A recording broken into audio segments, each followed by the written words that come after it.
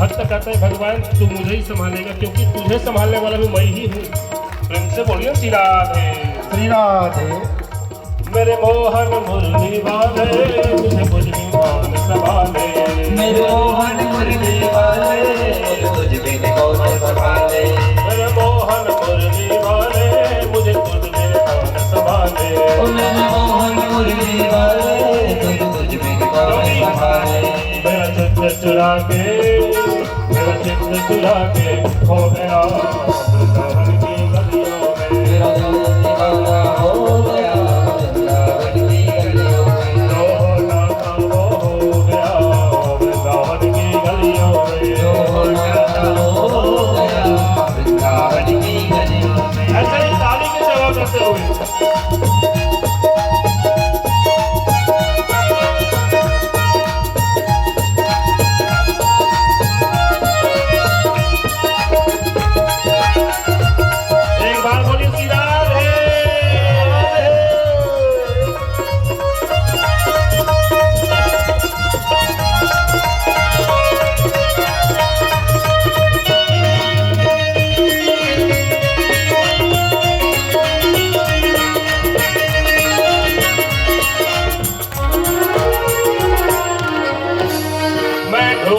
ढूंढत हारा मुझे मिला न मुरली वाला, मैं ढूंढत हारा मुझे मिला न मुरली वाला, मैं ढूंढत हारा मुझे मिला न मुरली वाला, मैं ढूंढत हारा मुझे मिला न मुरली वाला। मैं तड़प के ढूंढा ना मिले तो तड़पा रहता मैं। क्या बोला है भक्त? मैं तड़प के रो गया वृंदावन की गलियों में, मैं तड़प के सो गया वृंदावन की गलियों में, मेरा दिल दीवाना हो गया वृंदावन की गलियों में, मेरा दिल दीवाना हो गया वृंदावन की गलियों में, वृंदावन की गलियों में बरसाने की गलियों में, वृंदावन की गलियों में बरसाने की गलियों में, वृंदावन की गलियों में बरसाने की गलियों में, वृंदावन की गलियों में बरसाने की गलियों में। मेरा दिल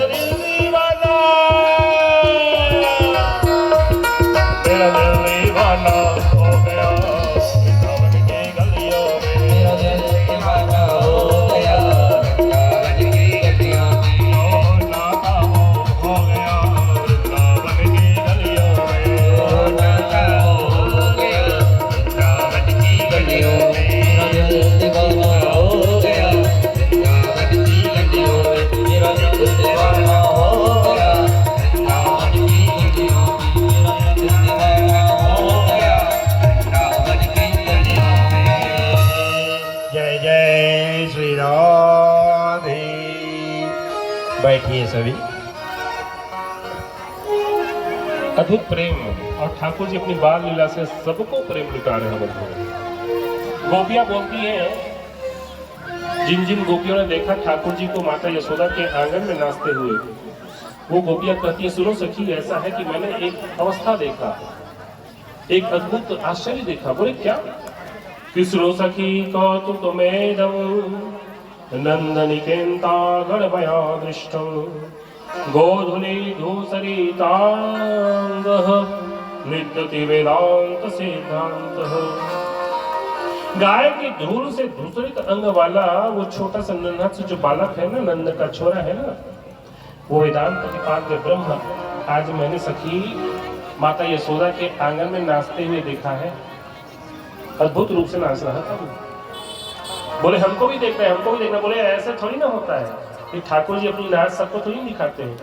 प्रेम का जब पराकाष्ठा पार हो जाए ना, जब जीव प्रेम की पराकाष्ठा को पार कर ले तो ठाकुर जी फिर नाचते हुए दिखेंगे। अब वृंदावन में कैसी आपकी दृष्टि है? देहोर नास्ति दृष्टि एव, क्या बोलते हैं? देहोर नास्ति दृष्टि एव, दृष्टि जैसी सृष्टि वैसी। वृंदावन की गलियों में ठाकुर जी को देखना जिस दिन आप सीख गए, उस दिन समझिए कि फिर वैकुंठ आपसे दूर नहीं है। प्रेम से बोलिए श्री राधे। कि मुक्ति के चक्कर में, मोक्ष के चक्कर में पड़े रहोगे ना तो संसार में ऐसे ही रहोगे। भक्ति के चक्कर में पड़िए। ये भक्ति मुक्ति और मोक्ष से बहुत बड़ा चीज है। ये भक्ति का पुट, प्रेम का पुट जब लग जाएगा ना तो फिर मुक्ति और मोक्ष भूल ही जाओगे आप सब। पक्की बात है महाराज। फिर से बोलिए श्री राधे। आज गिरिराज की पूजा करेंगे, महाराज भी करेंगे, फिर कल आप सबको बारात लेकर के जाएंगे। खूब बारात में नाचना। कल देखेंगे तुमिली वासी कितना नाचते हैं बारात में। अच्छा चिंता मत करिए, हम भी नाचेंगे आप सबके साथ। अपने गांव में तो बहुत नाचे हैं हम, आपके गांव में नाचेंगे तुमिली में। देखते हैं हमारे साथ कितने भाई बंधु नाचते हैं। माताओं को तो हम प्रणाम करते हैं कि माताओं की संख्या खूब होती है, माताएं खूब आनंद मनाती है, लेकिन भाई बंधु कहीं ना कहीं पीछे हो जाते हैं। प्रेम से बोलिए ना श्री राधे। अब कल देखेंगे भाई बंधुओं को, समिति वालों को कितना नाचते हैं। और यकीन मानिए एक बात मुझे अच्छी याद आती है। यहाँ पर कहा जाता है कि कई लोग प्रश्न उठाते हैं कि कथा को जमीन में बैठकर क्यों सुना जाता है। इसकी पद्धति, इसकी कथा भी अद्भुत है। सार बात ये कह दूं कि जो जमीन पर कथा बैठ करके सुनता है ना वो जमींदार होते हैं। जो जमीन में बैठ के सुने वही जमींदार होते हैं, और जो चौक पे बैठ के, गेट पे बैठ के सुने वो चौकीदार होते हैं। प्रेम से बोलिए श्री राधे। फिर ये पूछेंगे महाराज आप क्या हैं, आपको ऊपर बिठाए हैं। तो देखो ऐसा है कि गंगा की धारा जो है ऊपर से बहती है नीचे, नीचे से ऊपर नहीं जाती है। और ये भागवती गंगा का रस प्रवाह करना है तो हमको तो ऊपर बिठाना पड़ेगा ना, नहीं तो नीचे से ऊपर तो नहीं चढ़ेगा। आशीर्वाद मिलता है तो नीचे से नहीं मिलता महाराज, ऊपर से ही मिलता है। प्रेम से बोलिए श्री राधे। तो आप सभी जमींदार हैं, गौटिया लोग हैं आप सभी। वो तो आपने ऐसा बिठा दिया है तो फिर बैठ गए कथा कह रहे हैं। तो कल देखेंगे आप सबकी मस्ती कितनी है। कि देखे बिन कान्हा जब मन नहीं माना, इन आंखों से आज हमने ब्रह्म पहचाना है। गोपियां कहती कि हमने इन आंखों से देखा है पर ब्रह्म माता यशोदा के आंगन में नाच रहा है। दूसरे ने कहा कि हम नहीं देखना चाहेंगे। बड़ी इतना आसान नहीं है ठाकुर जी को नाचते हुए देखना। जब प्रेम का पुट लगेगा वही देखेगा फिर इसको। और ठाकुर जी तो अपने बाल लीलाओं से ऐसे ऐसे लीला कर रहे हैं। गोपियों ने सोचा कि ऐसे में परम ब्रह्म हमको दिखने वाले नहीं है तो कुछ न कुछ ऐसा काम करें जिससे हमको ठाकुर जी को देखने को मिल जाए। जिनका प्रेम ज्यादा था ना वो तो ठाकुर जी को बुलाते दरवाजे पे, बोलते देखो ठाकुर ऐसा है, देखो लाला ऐसा है कि थोड़ा सा हमको एक कमर जो है मटका के दिखाओ ना। ठाकुर जी बोलते नहीं करूंगा। तो बोलते थोड़ा सा मक्खन मिश्री दूंगी तुमको, एक बार नाच ना, एक बार नाच ना। हम बोलते हैं ना बच्चे को टॉफी दूंगा, थोड़ा ऐसा कर दो। तो बोलते थोड़ा मक्खन मिश्री दूंगी, ऐसा करो ना। तो ठाकुर जी अपने हाथ को कमर पर ऐसे रखते और एक सर को, एक हाथ को ऐसे रखते, फिर नाच भी देते तुरंत। तो थोड़ा सा माखन मिश्री का भोग क्या लगे, ठाकुर जी नाचने को तैयार रहते। लेकिन ये माखन मिश्री का भोग नहीं था, ये प्रेम का भोग था। और ठाकुर जी भोग नहीं लगाते हैं, आरोगते हैं। तुम्हारे हाथ का भोजन पाएंगे ना वो तो तुम्हारे सारे दुख दर्द दूर हो जाएंगे। आरोगेंगे तुम्हारे सारे दुख दूर हो जाएंगे उसको आरोगने से। अब ब्रज में आई है नई नई बहू तो उनको देखने की उत्कंठा जाग पड़ी। उन्होंने सोचा कि क्यों ना हम इसको देखें। तो उन्होंने क्या किया, अपने अपने घर की मटकी जो थी ना बड़ी बड़ी पुरानी, उस जमाने में बड़े बड़े मटके होते थे, 40-50 किलो दूध ऐसे ही पकड़ता था महाराज, ऐसे मटका था। अब तो छोटे छोटा आ गया, और छोटे की कीमत भी महाराज आसमान छू रहा है। पहले बहुत बड़ा बड़ा था, 40-50 किलो दूध ऐसे ही आते थे। मक्खन उसमें बिलोया जाता था उसी में, तो भी मटकी जो है फटता नहीं था, ऐसा मटकी मजबूत। तो वो लोगों ने क्या किया, जितने गोपियां थी उन सब ने, ग्वालिन थी उन सब ने क्या किया, अपने अपने घर के मटके को फोड़ दिया जानबूझ करके। उनकी सासू माँ आई और पूछी कि ये ऐसा हाल किसने किया है? अपने ससुराल से लेके आई थी, 40 साल पुराना मटका है, किसने तोड़ा? बोले हमने थोड़ी नहीं तोड़ा है, वो नंद का बाबा है ना, नंद का लाला है ना, छोटा छोरा है ना, ये बड़ा उद्यमी है, ऐसे आया ऐसे धक्का दे दिया, मटका जो है फूट गया। बोले छोटा बच्चा? बोले हाँ वो छोटा बच्चा, देखने में छोटा लगे लेकिन घाव करे गंभीर। देखने में छोटा लगे, छोटा है लेकिन बड़ा उद्यमी बालक है वो। बोले अच्छा देखो हम यशोदा के पास जाकर के शिकायत करेंगे तो बुरा मान जाएंगी यशोदा, तो नई बहुओं को बोलती हैं सासू माँ कि तुम वाली ही जाओ और तुम लोग जाकर के बोलना उससे, ये काम जो कर रहे हो ना, ये ठाकुर जी को तुम बदमाशी सिखा रहे हो, ठीक बात नहीं है। भाई अपने घर में मटकी को फोड़वाओ ना, हमारे घर की मटकी काहे फोड़वा रहे हो। नई बहुओं को तो चाहिए था मौका, खुद ने मटकी फोड़ा था और खुद ही चल गई। चौक पर सारी की सारी जो है ग्वालिन इकट्ठे हो गई, नई नई बहू आई थी, इतने इतने बड़े घूंघट लगा करके सबके सब चौक पे मिले। बोले तुम कहाँ जा रही है, बोले तुम कहाँ जा रही है, बोले हम यशोदा के महल में जा रहे हैं।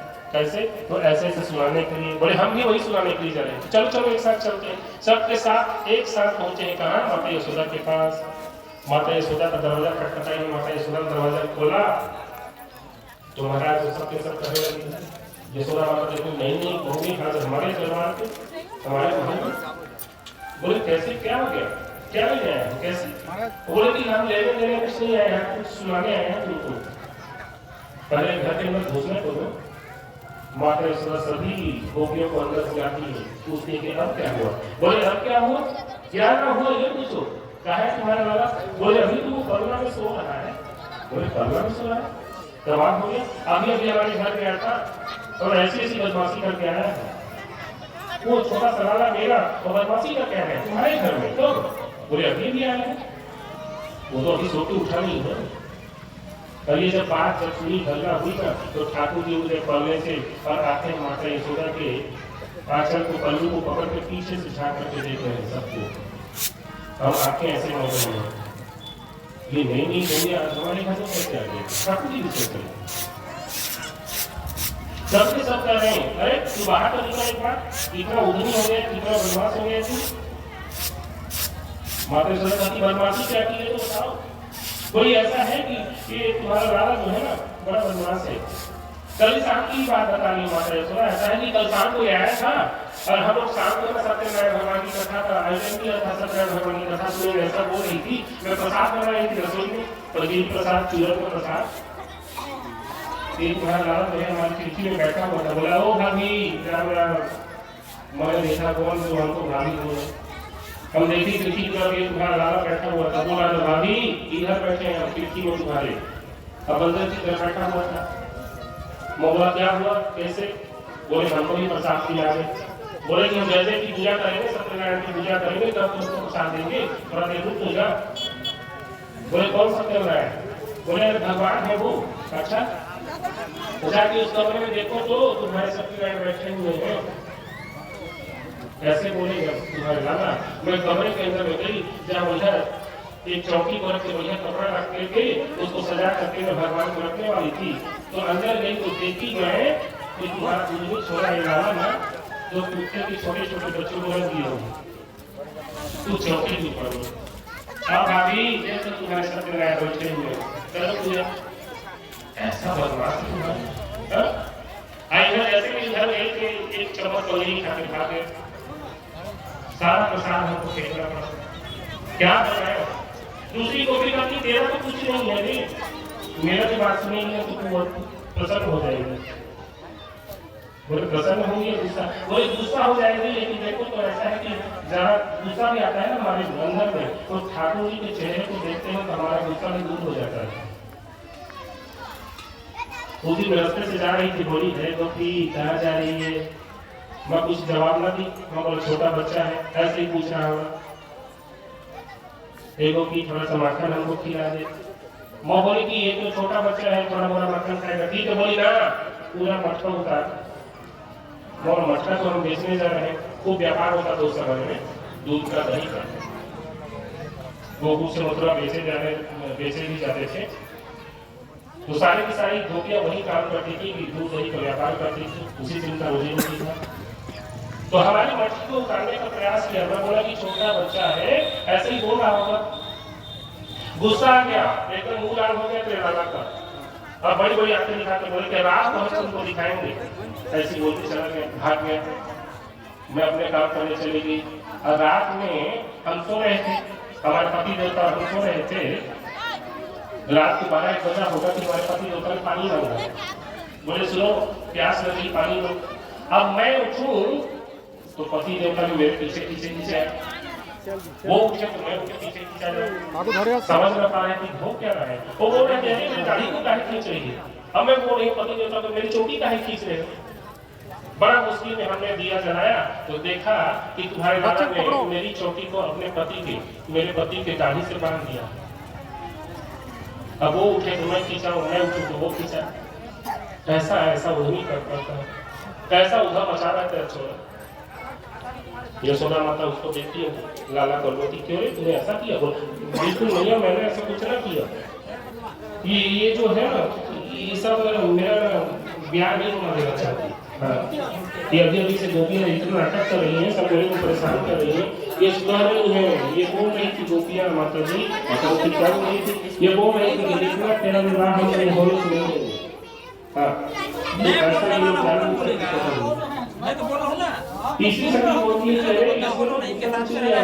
और ना इसमें बड़ा गुस्सा है। मेरी बात ये अकेले चाहता है कोई बात नहीं ज्यादा बोल दे अपने साथ गो का बहुत सारे इसके सखा है, कल सुखा हम सुखा श्री रामा ये सबको लेकर सुदामा नहीं करे ना श्री रामा नाम है और ये सबको लेकर के जाता है। और इनके साथ साथ ये तो खाता है, उनको भी खिलाता है और कई सारे बंदर भी आते हैं, बंदरों को भी बांट के खिलाता है। ऐसा उद्यमी छोरा है। यशोदा मैया बोली कि देखो तुम लोग फोकट का ऐसे नाटक ना करो हमारे महल में। हाँ 1 किलो माखन खाया होगा, 2 किलो खाया होगा मक्खन को, तो ऐसा करो कि हमारे घर में तो कई हजार किलो है, जितना ले जा रहा है ले जाओ, लेकिन ऐसे बोलने मत करना। छोटा सा बच्चा है इसको भी तुम लोग डांट डपट कर ऐसे कर रहे हैं, शिकायत करने आए हैं। सबने कहा कि देखो ऐसा है कि माता तो इसको डांटने वाली है नहीं। तो सब सखिया ने सब गोपियों ने क्या किया, रात को बैठक बुलाई और रात को बैठक बुला करके क्या किया कि देखो ऐसा है कि हम उस लाला को रंगे हाथ पकड़ेंगे और रंगे हाथ पकड़ करके उसको ले जाएंगे माता यशोदा के पास, तभी वो विश्वास करेंगे। तो सब सखियों ने कहा कि ठीक है चलो मीटिंग करते हैं। बैठक हुआ, बोले कैसे कैसे करेंगे, तो हम लोग करेंगे वो छीके में बांधेंगे मटके को। छीका मतलब जानते हो ना, देखिए हो ना आप लोग पुराने जमाने में बांधते थे, बिल्ली से चूहे से बचाना होता था जी, दूध को या दही को या कुछ खाने पदार्थ को तो रस्सी में बांध के रखा जाता था, छीका उसी को बोलते हैं। तो छीके में हम ना ऐसा करेंगे सखी कि मटके को, मक्खन वाले मटके को हम बांध के रखेंगे। अब ठाकुर जी आएंगे, लाला आएंगे ना और उसको करेंगे तो हाथ तक पहुंचेगा नहीं, कुछ न कुछ करके करेगा, डंडा वंडा लेकर के आएगा तो हम उसको रंगे हाथ पकड़ लेंगे, फिर वो यशोदा के पास ले जाएंगे। असलो संगी इसको मक्खन थोड़े खाने देना, मुंह में लगा रहेगा, हाथ से लगा रहेगा मक्खन, तभी ये रंगे हाथ पकड़ाएगा। नहीं तो फिर बोल रहे कि हम तो ऐसे घूमने आए थे। तीसरी सखी कहती है कि सुनो एक और योजना है मेरे पास। बोली कौन? छीके में ना मटके को रखेंगे, उसमें घंटी भी बांध देंगे, तो चोरी करेगा तो ठन ठन ठन ठन की आवाज होगी, फिर पकड़ लेंगे। तो गोपियों ने मीटिंग की है और मीटिंग कैसे की है आइए हम भी जरा सुनते हैं। हो एक दिन ग्वालिन सब जुड़निया पकड़ो श्याम को, एक दिन ग्वालिन सब जुड़निया पकड़ो श्याम को। हो एक दिन ग्वालिन सब जुड़निया पकड़ो श्याम को।